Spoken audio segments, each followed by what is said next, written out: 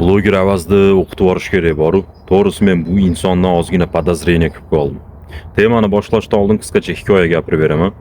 Bir kuni shayton yerga inson qiyofasida tushib turib, sutxo'rni oldiga boribdi. Sen nimaga insonlarda rizqini qiyib turib sutxo'rlik qilyapsan desa, shayton yo'ldan urdi debdi. Shayton hayron, men nima qildim deb. Keyin bir erkakni oldiga borib turib, sen nimaga yosh qizlarning nomusiga tegyapsan desa, shayton yo'ldan urdi debdi. Yana shayton hayron, men yana nima qildim deb. Keyin bir alqashni oldiga boribdi-da, sen nimaga haromligini bilib turib ichyapsan desa, shaytonning gapiga kirdim debdi. Shayton yana hayron, men nima qildim deb. Keyin oxiri aytibdi, bo'ri go'sht yesa yemasa og'zi qon ekan-da deb turib xafa bo'lib ketib qolgan ekan.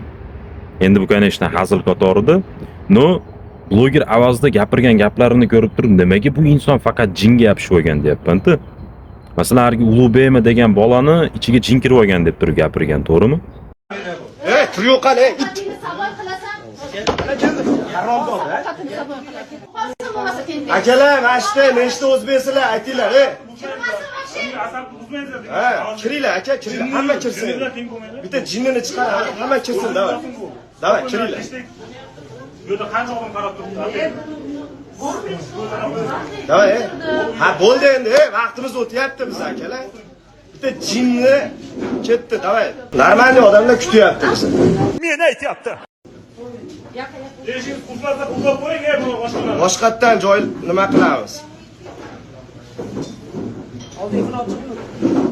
Efir ochib o'tiribman men. Bo'y kelaversin, opa.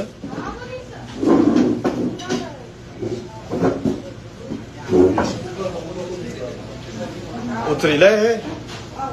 Bo'ldi, meni sen chaqirib beravering, tamom bo'ldi. Nima qilaman? Jinni bilan ham teng bo'lib o'tiraman men.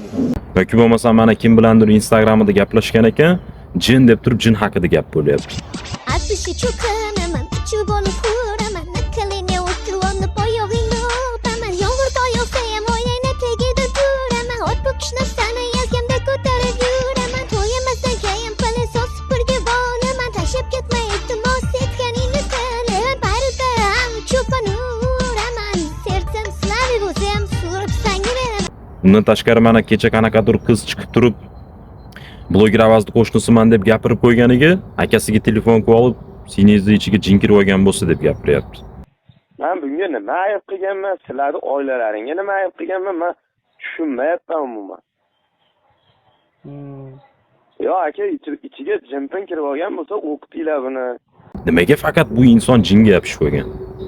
Uje men o'ylanib ham qoldim-da, ertaga mabodo agar blogerda aybini topib turib betiga qo'yib beradigan bo'lsak, menda ayb yo'q, ichimga jin kirib olgan edi deb turib qutulib ketmasa bo'lgani deb shunaqa xayolga kelib qoldim to'g'risi gap.